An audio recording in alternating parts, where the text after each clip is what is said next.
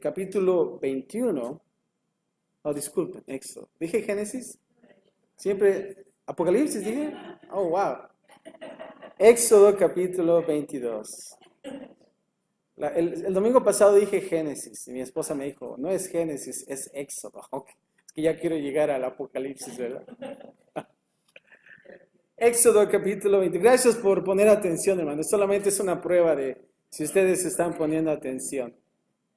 Éxodo capítulo 22, ahora sí. Y como hemos dicho, el capítulo 21 estábamos viendo acerca de leyes, ahora vamos a ver más leyes, y el siguiente capítulo todavía vamos a observar más leyes. Pero bien, vamos a ver qué es lo que se trata ahora en este segmento del capítulo 22. Más leyes para dirigir a los jueces. Ahora, en la parte número 1, del versículo 1 al 15, son leyes en cuanto a la propiedad personal y la restitución. Y eso lo vamos a ver en la parte número 1 del versículo 1 al 15. Y observando los primeros versículos del 1 al 4, vamos a observar la restitución requerida en casos de robo. Y vamos a comenzar a leer el versículo 1 y seguir y vemos de lo que se trata. Y dice así, de la Reina Valera, 1960, capítulo 22, y dice así el versículo 1. Cuando alguno hurtare buey u oveja, y lo degollare o vendiere, por aquel buey pagará 5 bueyes. Y por aquella oveja, ¿cuántas ovejas? 4 ovejas. Ay, ay, ay, ¿verdad? Y aquí observamos, aquí cuando dice, cuando alguno hurtare buey o oveja. Hurtar, claro, es la palabra robar, ¿verdad? Es un sinónimo. Y aquí observamos el mandamiento en contra de ¿qué? Del hurto, del robo. Ya había sido declarado en ¿dónde? ¿Se acuerdan? En el capítulo 20 de Éxodo. En los 10 mandamientos.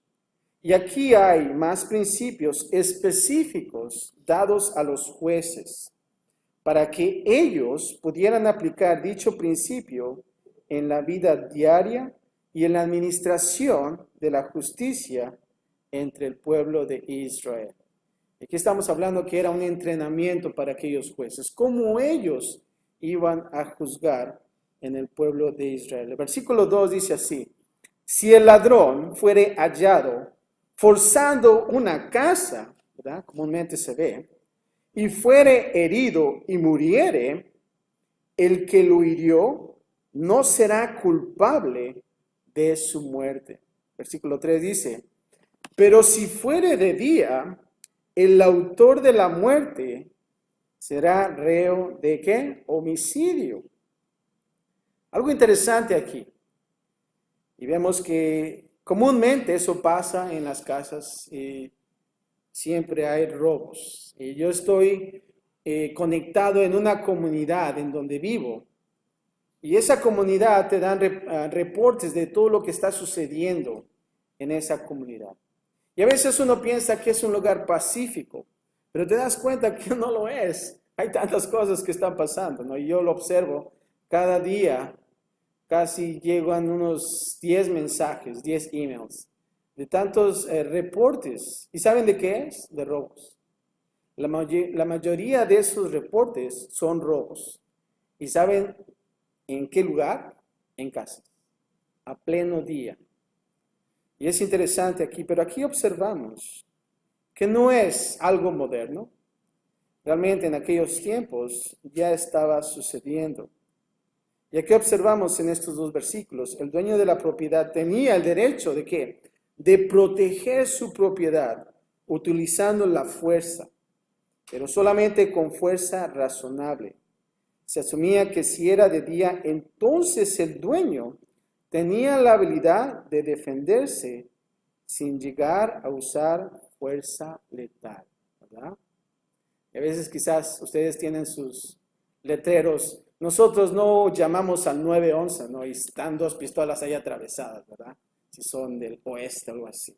Pero vemos aquí cómo es que Dios establece cada ley, observando este tipo de robos en casa. Versículo 3, en la segunda parte, dice así, el ladrón hará completa ¿qué? Restitución.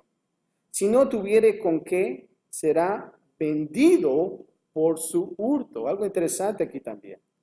O sea que si la persona era incapaz de pagar lo que había robado, el ladrón era vendido como un trabajador de contrato y el dinero de la venta iba ¿a quién? A la víctima.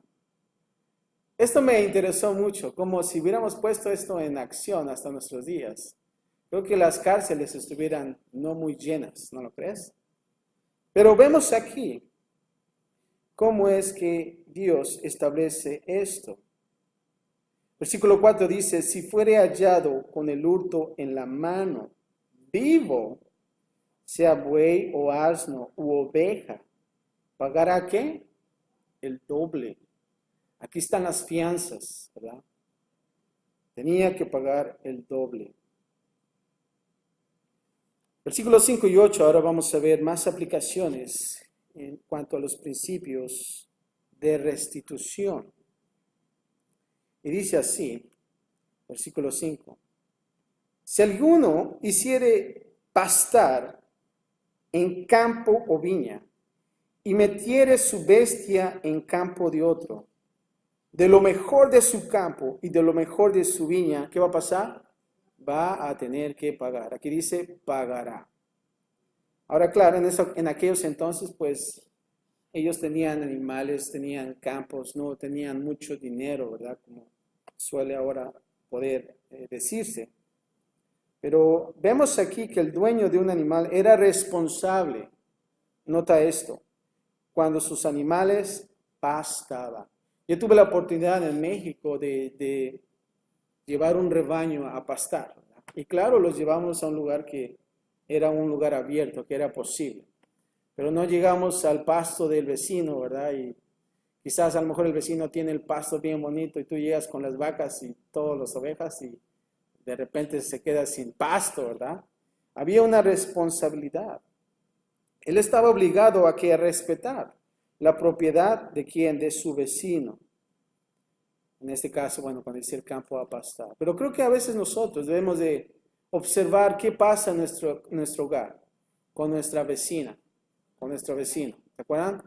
Quizás a lo mejor tú tienes un vecino que tiene su hogar muy cuidado, ¿verdad? Y no sé, pueden pasar cosas, que el perro se va a su pasto, ¿no? Y va a hacer desastre y medio, cosas así. Pero claro, en estos casos era algo más grave. Este era un castigo justo y era lo suficiente significante, como observamos aquí en este pasaje, para darle a un granjero una razón de no permitir a sus animales el apastar. Que pueda ser algo que sea de descuidado o destructivamente, ¿no? Y te voy a decir algo, los animales son animales y ellos van a donde quieren y no respetan.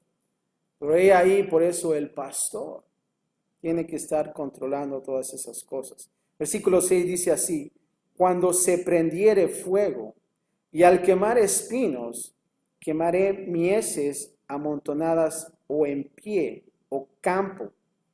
El que encendió el fuego pagará, ¿qué? Lo quemado.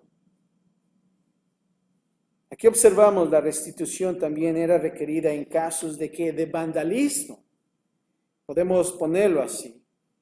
Y también de necia negligencia. Aun cuando uno cuidara la propiedad de otro, el sistema legal mosaico tenía un alto sentido de ¿qué? De responsabilidad personal, aún con la propiedad de otros. Ahora, esto se traduce a una apropiada preocupación de la propiedad de los demás en nuestros días. Escucha esto, un cristiano, si golpea el carro de otro por detrás, ciertamente dejará una nota y remendará el daño. ¿Cuántos de ustedes han golpeado un carro? No tienen que confesarse. Yo una vez golpeé un carro, voy a ser sincero. Y sabes que lo peor fue en una iglesia. Y era una iglesia donde habían más carros con negocios. Y ¿saben lo que hice? Me sentí culpable porque apenas había salido de la iglesia. Y yo dije, no había nadie, el carro estaba estacionado. Y hice una nota. Y le dije, ¿sabe qué? Disculpe, golpeé su carro y mi número es este. No puedo quedarme porque tengo que salir, pero llámeme y con gusto voy a pagar los daños. ¿Y saben qué creen que pasó? Se admiró la persona. Digo, ¿sabes qué? Nunca pensé que alguien me hubiera hecho esto, ¿verdad? Y es más, yo sé, el carro está dañado, no es mucho, pero no te preocupes, todo está bien, no tienes que pagar. Qué bueno, ¿no? Es algo interesante cómo es que Dios trabaja. Ahora, si me hubiera dicho, bueno, pues sí, tienes que pagar y estoy fracturado y cosas así, ¿verdad? Bueno, claro, no estuvo ahí, ¿verdad? Pero bueno, uno tiene que pagar el daño, pero es bueno que nosotros seamos responsables de esos daños. Un cristiano tendrá un seguro apropiado, garantizado que ellos pueden compensar la pérdida de los demás. Si alguien te da algo para que lo guardes, entonces tú eres responsable de ello de manera de un mayordomo o gerente fiel. Este principio también incluye lo que Dios nos da para manejar o para ser mayordomos en su lugar. Y eso lo vamos a observar más adelante también. Versículo 7 dice así: cuando alguno, diere a su prójimo plata o alhajas a guardar, y fuere hurtado de la casa de aquel hombre, si el ladrón fuere hallado, ¿qué va a pasar? Va a pagar el doble. Ahí está una vez más. Si el ladrón no fuere hallado, entonces el dueño de la casa será presentado a los jueces para que se vea si ha metido su mano en los bienes de su prójimo. Aquí observamos cuando dice pagará el doble. Vemos aquí la restitución era pagada de acuerdo a una cantidad o porcentaje predeterminada. No era dejada solamente, como dice, al viento o en manos de la víctima o el juez, pero tenía que hacerse algo al respecto. Ahora, del versículo 9 al 13, vamos a observar más aplicaciones, principios para restitución. Y dice así, versículo 9, en toda clase de fraude, buey sobre asno, sobre ovejas, sobre vestido, sobre toda cosa perdida. Cuando alguno dijere, este es mío, la causa de ambos vendrá delante de los jueces.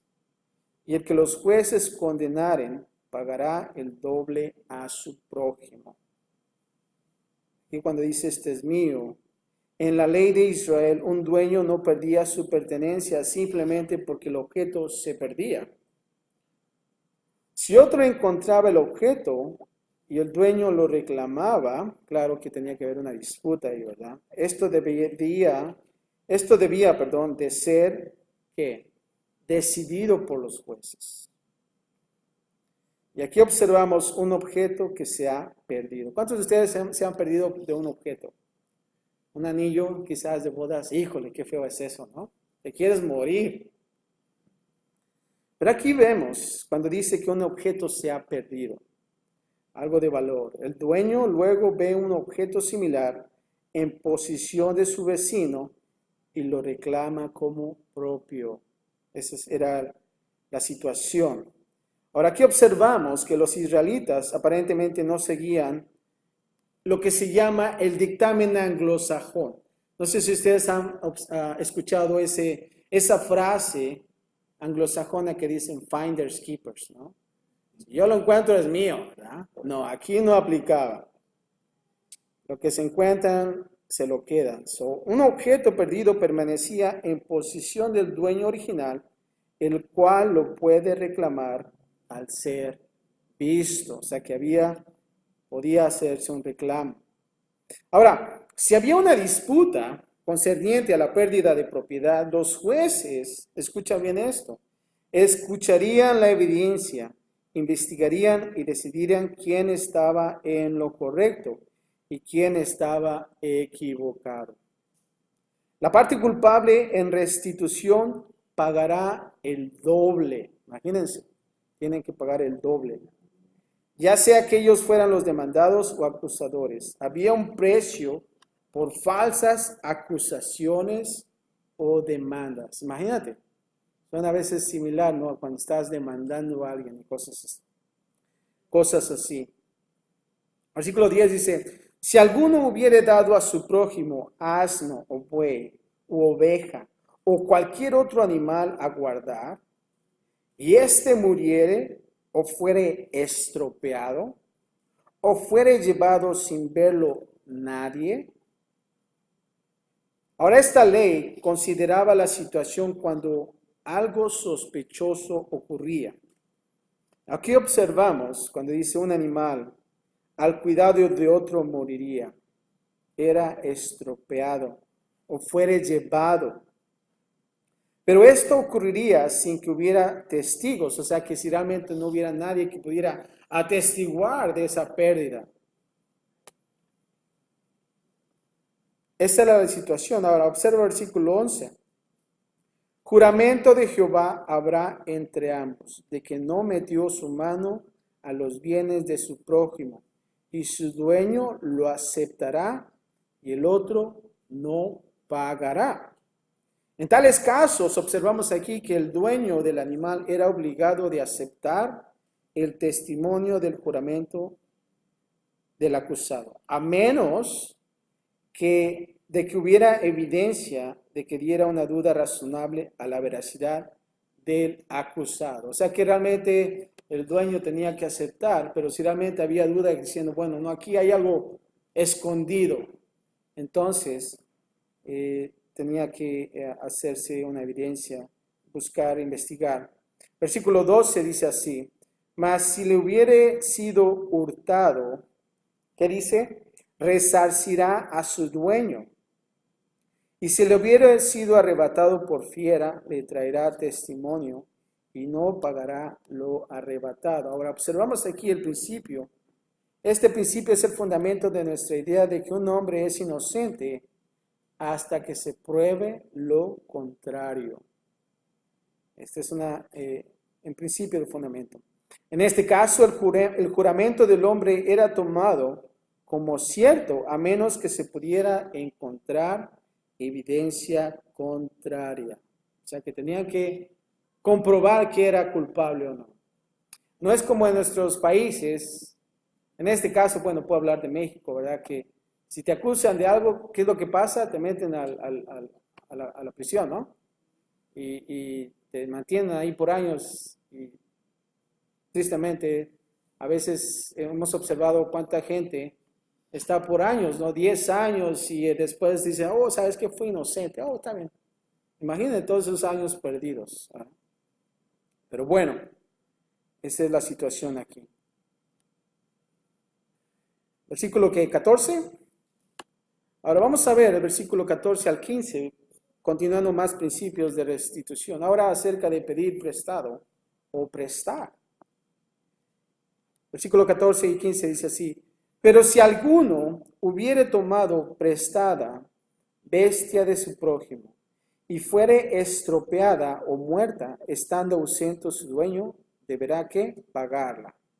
Si el dueño estaba presente, no la pagará. Si era alquilada, recibirá el dueño el alquiler.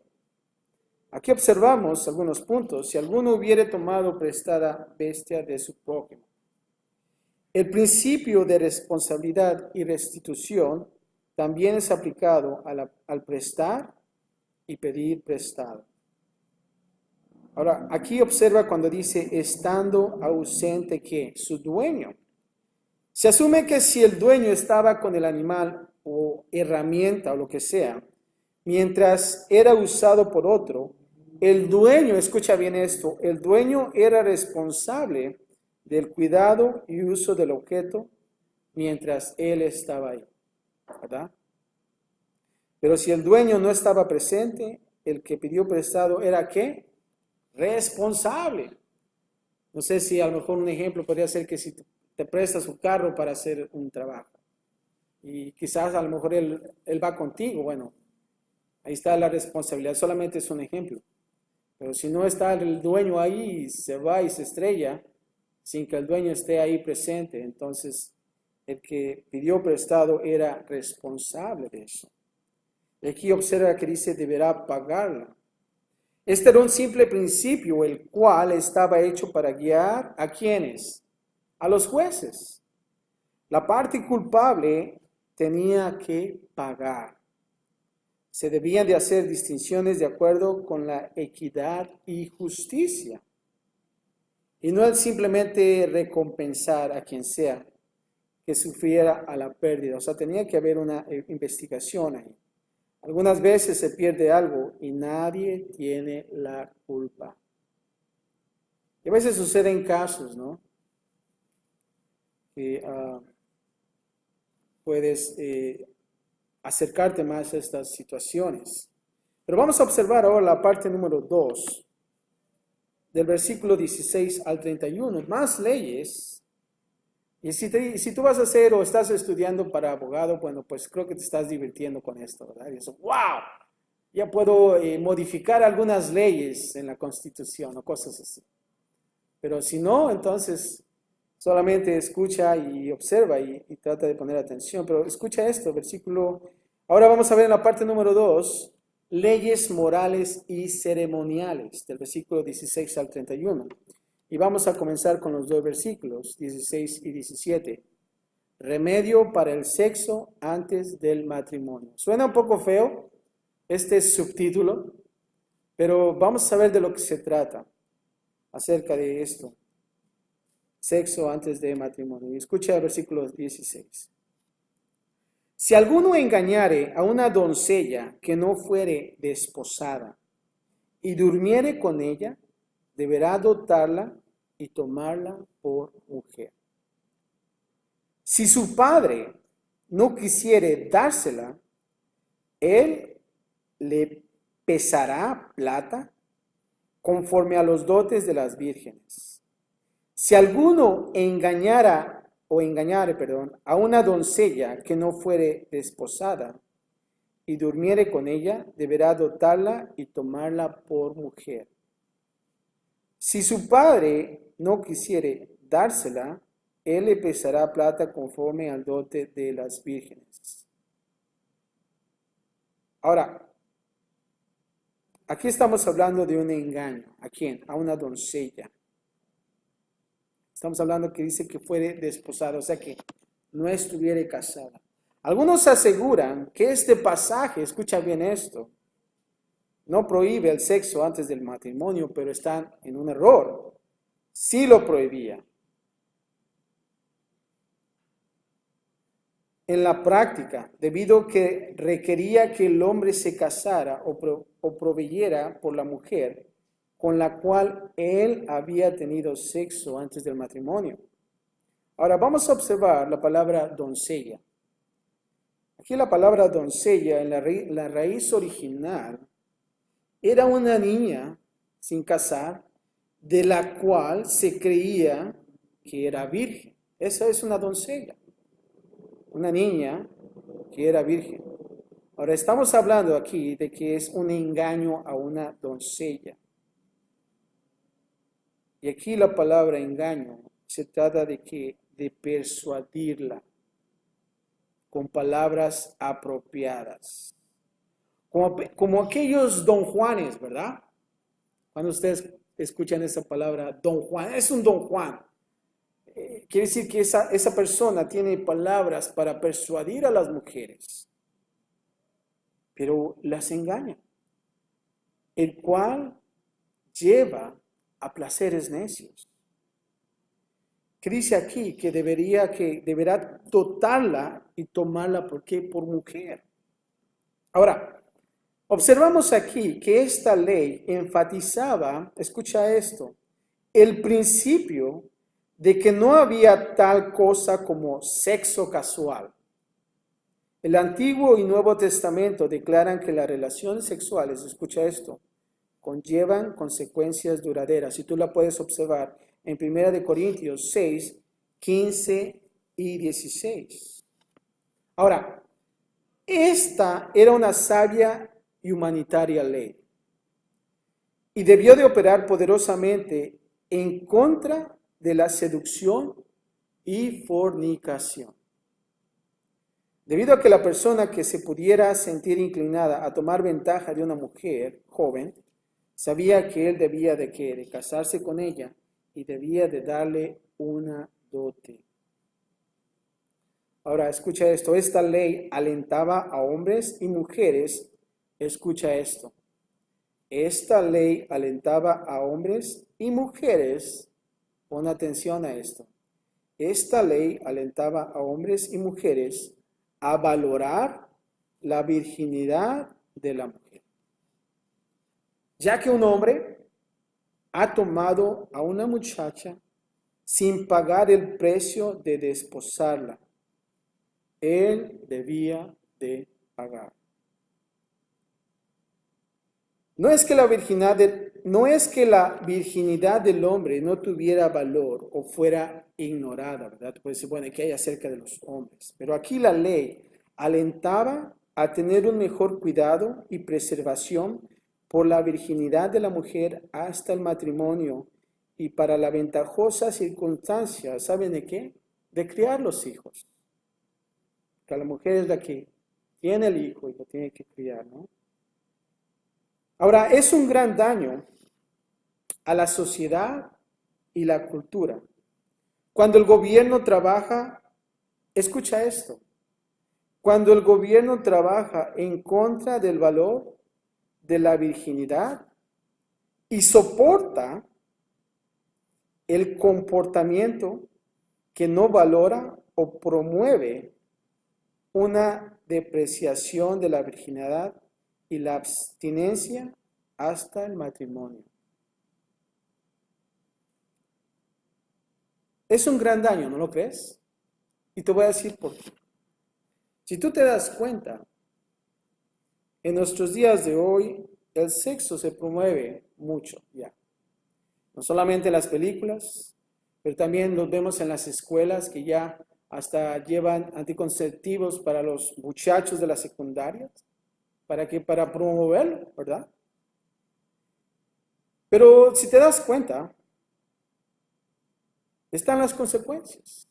Las muchachas salen embarazadas y ahora quieren aprobar el aborto. Si te das cuenta, todo está chueco, como dicen por ahí.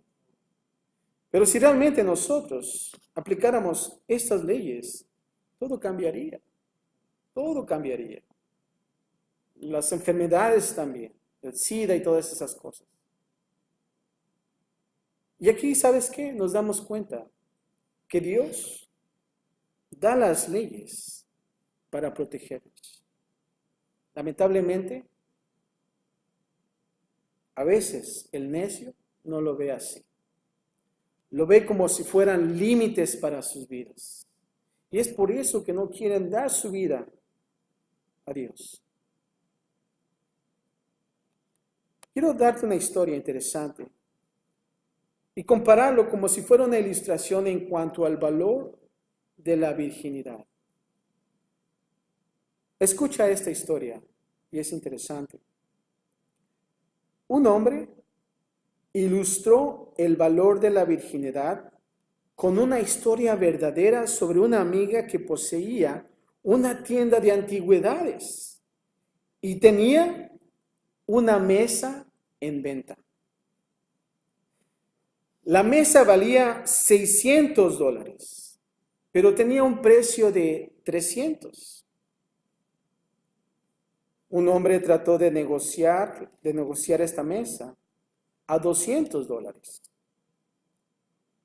Pero ella no solamente se rehusó, sino que ella se dio cuenta del verdadero valor y subió el precio a su verdadero valor, aun cuando le ofreció esa mesa en 300. El hombre finalmente compró la mesa en $600 y ciertamente la trató como una mesa de $600,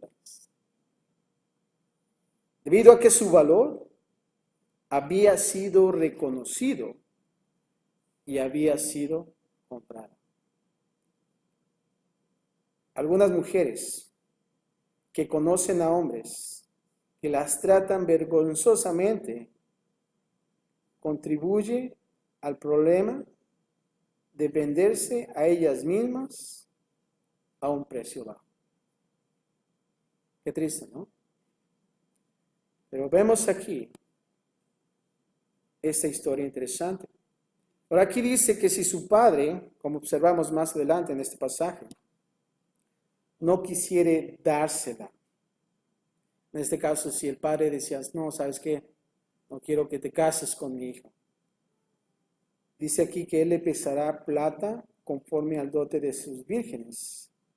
Aquí observamos que si el hombre que tomó ventaja de la mujer era considerado un esposo completamente inaceptable por el padre de la mujer, a la que se le hizo mal, entonces, escucha esto, ese hombre debía pagar el dote sin recibir a la prometida. Este era un fuerte incentivo en contra de tomar ventaja de mujeres jóvenes. Si te das cuenta, aquí Dios valora a la mujer también. A veces uno dice, no, es que las mujeres, Dios no las toma en cuenta, ¿verdad? Aquí está una evidencia que son preciosas para Dios. Y aquí cuando dice, Él le pasará plata. Esta breve presentación de la ley no dio una pena a la mujer envuelta. Esto era debido a que se tenía a ella como la persona con la desventaja y necesitaba que ser recompensada. Ahora, del 18 al 20 vamos a ver 3 pecados capitales. Escucha el versículo 18 y dice así: a la hechicera no dejarás que viva. Cualquiera que cohabitare con bestia, morirá. El que ofrece sacrificios a dioses, excepto solamente a Jehová, ¿será qué? Muerto. ¿Te das cuenta? Esas 3 llevan a qué? A la muerte. Pero aquí observamos a la hechicera. Entre los antiguos, la práctica de la hechicería estaba asociada con 2 partes. Primero, el contacto con poderes o personas obscuras o demoníacas. Segundo, estados alterados a través de ¿qué? De drogas y pociones. Estaba entendido que había una conexión entre el uso de drogas y las prácticas ocultas.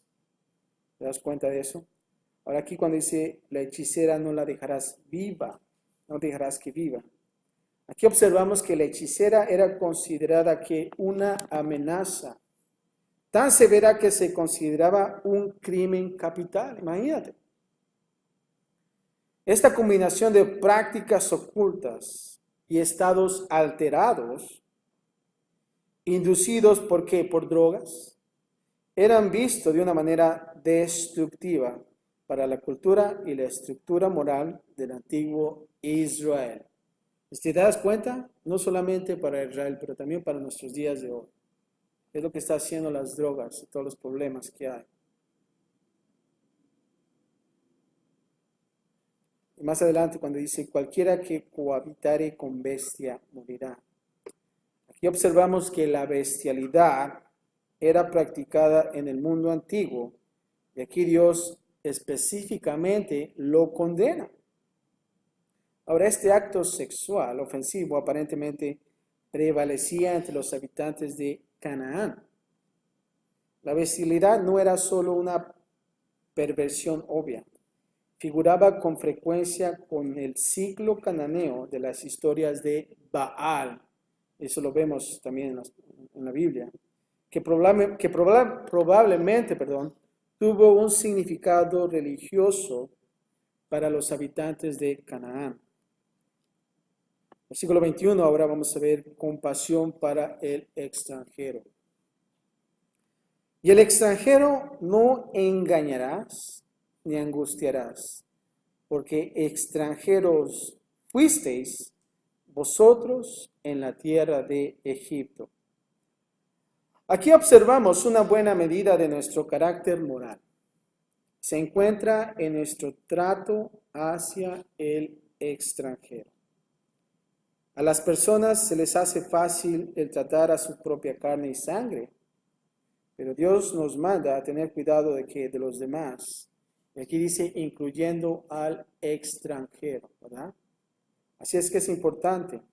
El odio y amargura duradera entre grupos étnicos y nacionales muestra lo poco que la humanidad ha progresado. Y sí es cierto, ¿verdad? Cuando eso observamos en nuestra sociedad, vemos un paro de progreso ahí. Porque dice aquí más adelante, porque extranjeros fuisteis vosotros en la tierra ¿de qué? De Egipto. O sea que está diciendo, ustedes también fueron extranjeros. Nosotros aquí como también somos extranjeros, ¿verdad? La propia experiencia de Israel de haber sido extranjeros debió de darles la apropiada simpatía a los extranjeros en medio de ellos. Somos los gersonitas, ¿verdad? ¿Se acuerdan del nombre Gersón? Que es extranjero. Pero tenemos que cuidar de ellos y recibirlos de la misma manera. Bien.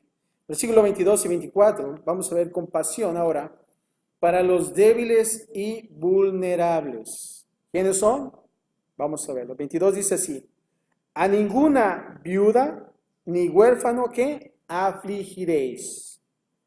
Porque si tú llegas a afligirles, escucha esto, y ellos clamaren a mí, cuidadito, dice, ciertamente oiré yo su clamor, y mi furor se encenderá, y os mataré a espada, y vuestras mujeres serán viudas, y huérfanos vuestros hijos. Así es que la viuda y el huérfano eran los miembros más débiles y vulnerables de la sociedad. En una sociedad sin restricciones, en donde sobrevive el más fuerte, ellos eran los primeros en sufrir abuso y destrucción. Aquí Dios ordenó que al menos ellos no fueran afligidos. Fueron los profetas los que reprendieron a Israel por su negligencia en esta área de oprimir a los débiles y pobres. ¿Qué es lo que va a pasar con ellos? Dice que os mataré a espada. Debido a su especial vulnerabilidad, Dios mandó a que se tuvieran un especial cuidado de ellos, prometiéndole que Él los iba a ¿qué? A proteger. Así es que debemos de tener cuidado. Versículos 25 y 27, vamos ahora a ver compasión por el pobre.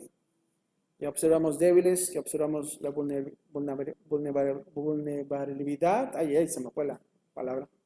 Pero ahora vamos a ver qué acerca de los pobres. Versículo 25 dice, cuando prestares dinero, y a uno de mi pueblo, al pobre que está contigo, no te portarás con él como logrero, ni le impondrás usura. Aquí observamos, el interés estaba prohibido, en otras palabras, en los préstamos hechos hacia los pobres, y el tomar una ganancia colateral debía de ser razonable. Ahora, la razón por esta prohibición es presuntamente de que el pobre pide prestado, ¿por qué? Por su necesidad. El préstamo es visto como una asistencia hacia el vecino, y el tener una ganancia de su necesidad sería inmoral.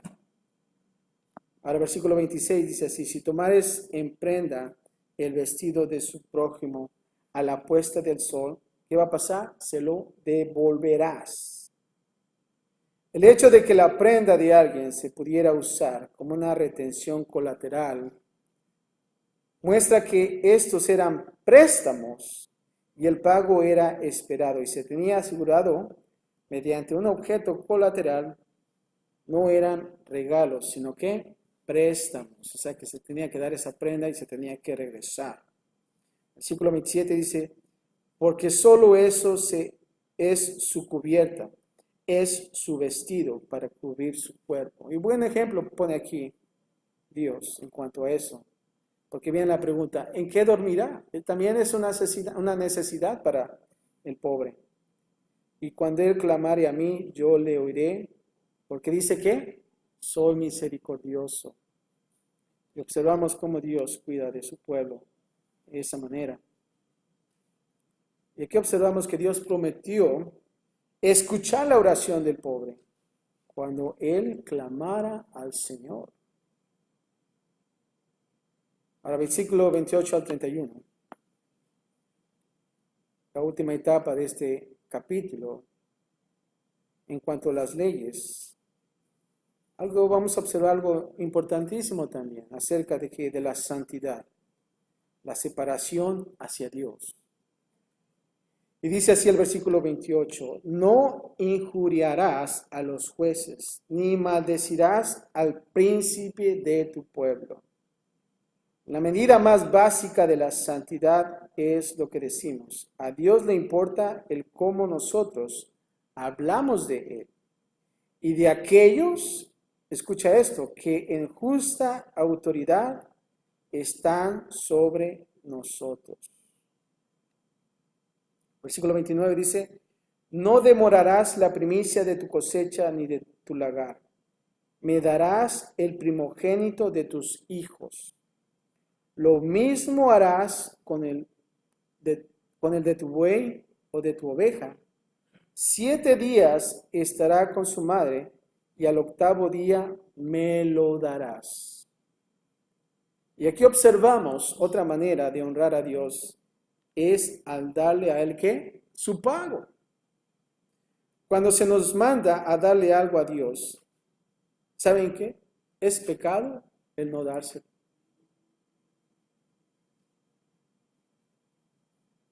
Esta ley, aquí como observamos, concerniente al primogénito que sería dado a Dios, era importante, ¿saben por qué?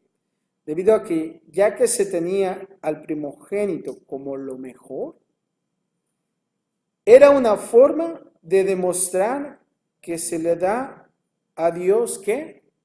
Lo mejor. Lo mejor.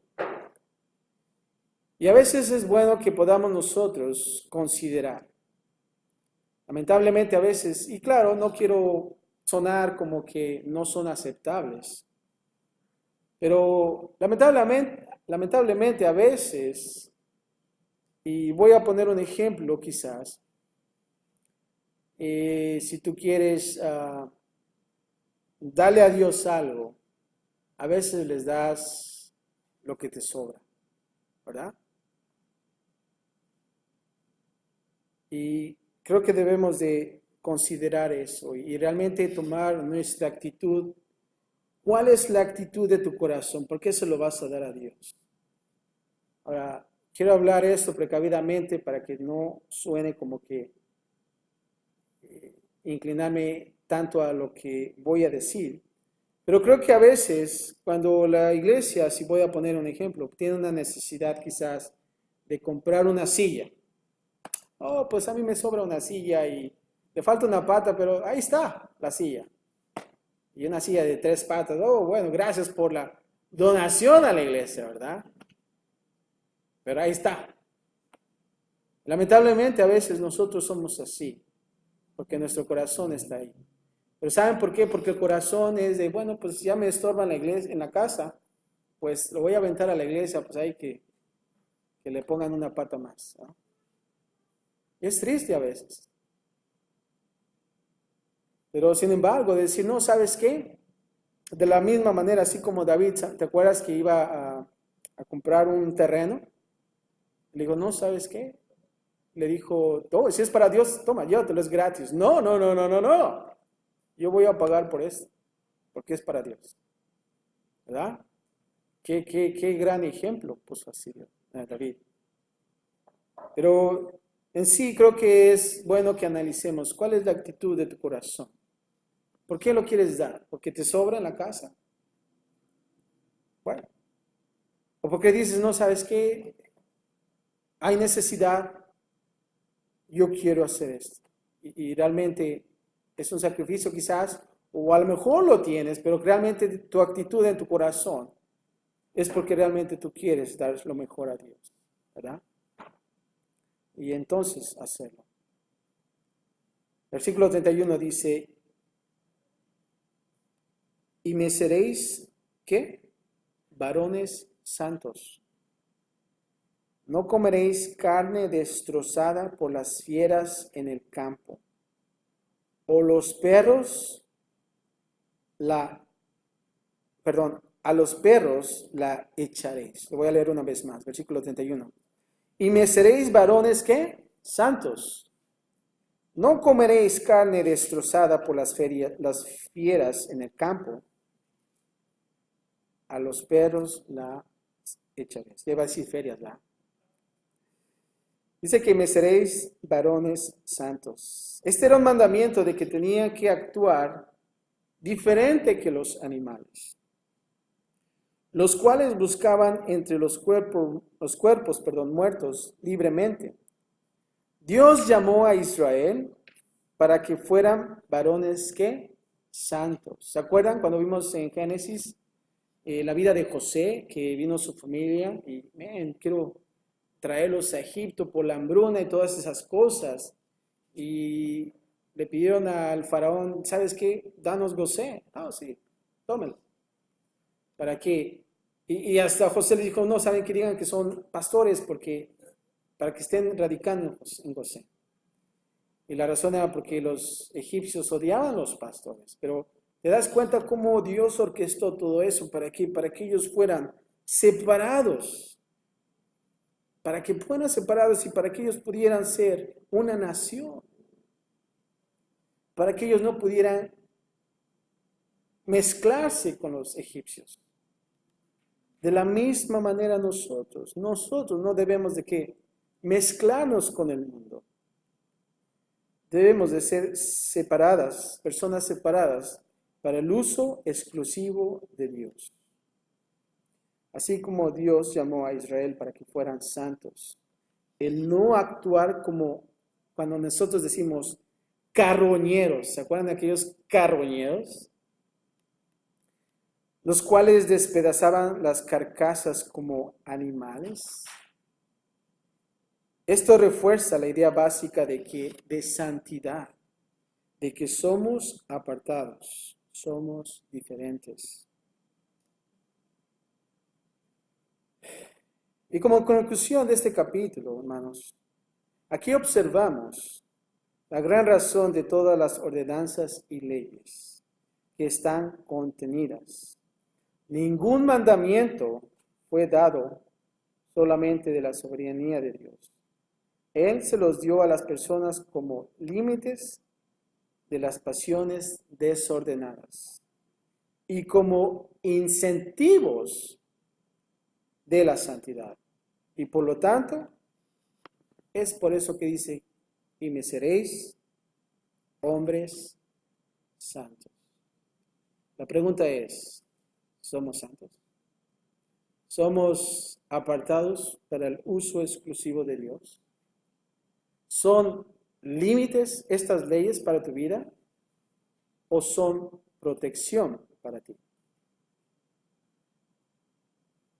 Y creo que es bueno que nosotros podamos ir a través de estas leyes y vemos a veces tanta información que tú puedes obtener de todo esto. Pero si te das cuenta, desde el principio Dios hizo para nosotros todo bueno. Y hasta este momento Dios quiere lo bueno para nosotros. Está en nosotros el poder escoger y poder decir, yo soy un hombre, una mujer santificada para el uso exclusivo de Dios. Padre, gracias te damos, Señor, por tu palabra. Observamos todas estas leyes, Señor, y vemos cómo tú pones todo esto, Señor, para dirigir a los jueces, para poder lidiar con cada situación de la vida, Señor. en nuestros destrampes, en nuestras pasiones desordenadas, Señor.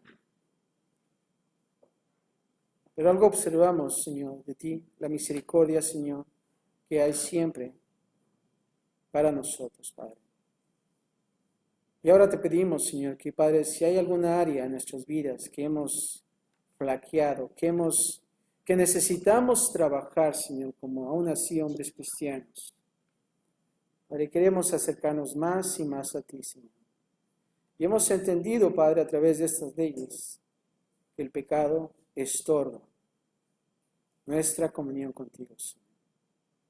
Ayúdanos, Padre, que nosotros podamos mantener esa comunión, ese gozo completo, así como Juan nos comparte en su palabra, en su carta, Señor. Y poder mantener esa comunión contigo, Señor. Gracias, Padre, por tu palabra el día de hoy, Señor. Y Padre, te pido, Señor, por las personas que no pudieron estar aquí, Señor, por el hecho de trabajo, cualquier cosa, Señor. Sé con ellos. Bendice, Señor, sus hogares, bendice sus trabajos. Si hay una situación difícil, Padre, obra en sus vidas, Padre, que puedan estar aquí de regreso, Señor. Gracias, Padre, por todo. En Cristo Jesús.